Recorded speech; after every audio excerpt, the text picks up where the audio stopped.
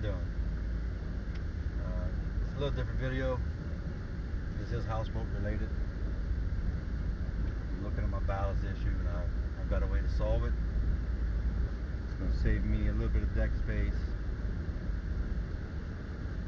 and it's going to solve my water tank issue. Right now I'm running to Walmart. I'm going to pick up 4 7-gallon water storage jugs. If you remember my build, I got 2 or 3 6-gallon water storage jugs that I built for a water cabinet inside the houseboat. But when I launched the boat, I was stern heavy. I needed to shift weight forward. It's been suggested for me to add 2 more barrels to the rear of my boat, which it looks like it's easy to do, but it's not, because I chose old school manual steering cable for steering. And the reason I chose that, not because it's cheaper than a Teleflex cable, it gives you more steering throw. Like a Teleflex cable, you only get a certain degree of steering. With old school manual cable, you can get full throw from the engine, which, if you see my video on the first stability test of my boat, it turns really tight. That's because of that manual steering cable. The last thing I want to do is build a big heavy boat. We have a lot of narrow bayous and passageways down here, and I did not want to get in a situation where I didn't have enough steering or rudder authority, where I had to back up and reposition and back up. And we have a lot of narrow bayous with down trees, and you got to maneuver around all them. And I plan on riding those bayous, so I wanted my manual steering. So the problem with manual steering, design of my barrel boat, my main frames to hold my barrels are 19 inches on center, which allows the radius of the barrel, the top of the barrel touches the bottom of my deck. So in order for me to add barrels on the back end of my fantail, my steering cables will drop down 3 inches from the deck, which means the barrels would interfere with the steering cables. And there's no logical way for me to reroute the steering cables unless I reroute them above deck. I don't want the steering cables above the deck, because I already don't have walking room on the rear deck. I actually wish I had a 1 foot more rear deck. Like, in hindsight, my boat's 22 foot. I should have built a 25. I have a foot more in the bow, foot more in the stern. So the next boat is going to be 25. 27. So I can't simply just add 2 more barrels to the rear, which would solve my problem. It would bring the stern up a lot. It would solve my problem. But then I would have to switch over to a Teleflex steering cable, which would cost me about $200 to $300 to put a Teleflex steering system. Which I really wouldn't mind having a Teleflex steering system. I don't have $200 to $300 to buy it. To buy a 18 to 20 foot Teleflex steering. I know there's cheap ones on Amazon. I'm trying to avoid Teleflex steering altogether. Not that it's a bad steering system, it's very reliable. It's been used for a long time. I want the steering throw the old cable system has. I've worked very hard to perfect that cable system on that boat and make it work out.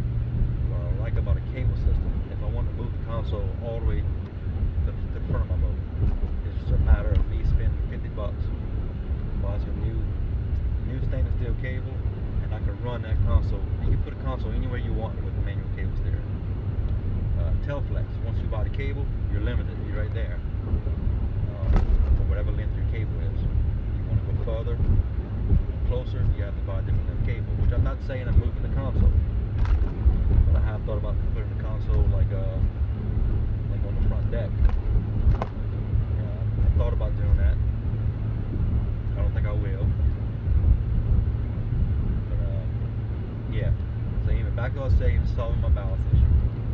I'm going to Walmart, pick up 4 7-gallon water tanks. You like to rough ride my 08 Toyota with 194,000 miles? That's nice. Anyway, I'm gonna buy the water tanks. I figure I'm gonna keep 2 full at all times and use 2 for water storage. So that gives me a 14-gallon water 14 gallons for the weight that I can move around. With my current 6 gallon can in my water cabinet that I built, that gives me 12 gallons of storage and six gallons that's movable for ballast. That was my plan. So with the 7 gallon tanks, they're squared, I think 11 and a quarter by 11 by 15 inches tall. It's going to be more compact than the current 20 gallon fixed tank that I have on my bow. The tank on my bow works great for ballast. We've been using it and having fun with this boat. It rides nice. But the tank takes up a lot of lengthwise on the deck. That means if I left the tank there, I could stand the tank up. I could build a cabinet around the tank and stand the tank up. That would save me a lot of deck room. But that forces weight higher up. I'm still trying to keep my center mass low, even though the boat can handle it fine. I've had 4 adults in there, all standing up, and it was fine. I had 3 adults on the roof. The boat handles great. I still get comments in the Facebook groups about it. It looks tippy. It looks like it's gonna flip over. Don't go play in wind. I've posted videos, 12-mile-an-hour wind with 15-mile-per-hour gusts. I turn in all directions to the wind and seas. The boat's barely even affected by it. The cabin size, it is a sail. It's a 8x12 sail. So when I was in that 12-mile-an-hour wind, yes, 12-mile-an-hour wind. My wife wanted to go fishing, so we set all our lines. I didn't drop anchor. I just drift, and because the wind put you sideways. On my chart plotter, I was getting 1.1 mile per hour max at 12-mile-an-hour winds, sideways drift. It was nice, and it was easy to tolerate. I'm not worried about it flipping over, maybe in 30-mile-an-hour winds, but I hope to never see 30-mile-an-hour winds while I'm in the water. Storms do pop up. I've done my test. It was 10 to 12 forecast with gust of 15. And it was fine. That's probably about the max I'm going to take it out on. I'm confident I can handle more. And waves, I had 1 foot chop that day in the lake. It does get rougher in that lake. I've already seen 3 foot chop, but that's like 60-mile-an-hour winds. So that boat's never going to see that. Let's see if I can help. I'm rambling, but the point of today's video was addressing that issue of ballast. That's what I'm focusing on today. We'll buy my tanks, do my layout. I'm going to build a storage cabinet. It's going to be like a bench seat. It's going to serve as a seat as well as a storage cabinet. And I'm moving my 2 deep cycle batteries, my house batteries. I'm moving them from out of the cabinet in the center. They're going to go on the front deck of the storage bench in front of the console, the driver's side. So I'm going to try to have 2 matching storage benches that's going to serve dual purpose as a seat and storage to control my balance. Today I think is it Wednesday? Yeah, today's Wednesday. I was supposed to pull the boat up out of the water yesterday, but I wound up having trouble, fuel issues. I resolved that. So the boat stayed in the water. Late last night, I brought it back down to this dock. My plan was to pull the boat out of the water for a few days, because down here, if you leave the boat in the water for 2 weeks, algae and barnacles start to grow and adhere to barrels. And I don't care what people say, barnacles adhere to plastic barrels. I still have barnacles that are very hard to get off.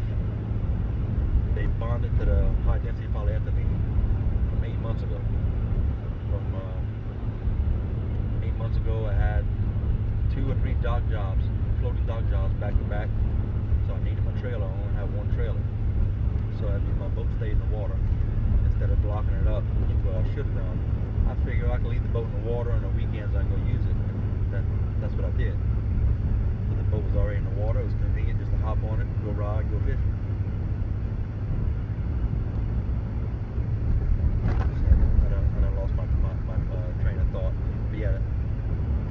was. The boat's still in the water. I was gonna pick it up for a few days, do a quick pressure wash, and put it back in. This weekend our temperatures are gonna be low, meaning I don't have a generator.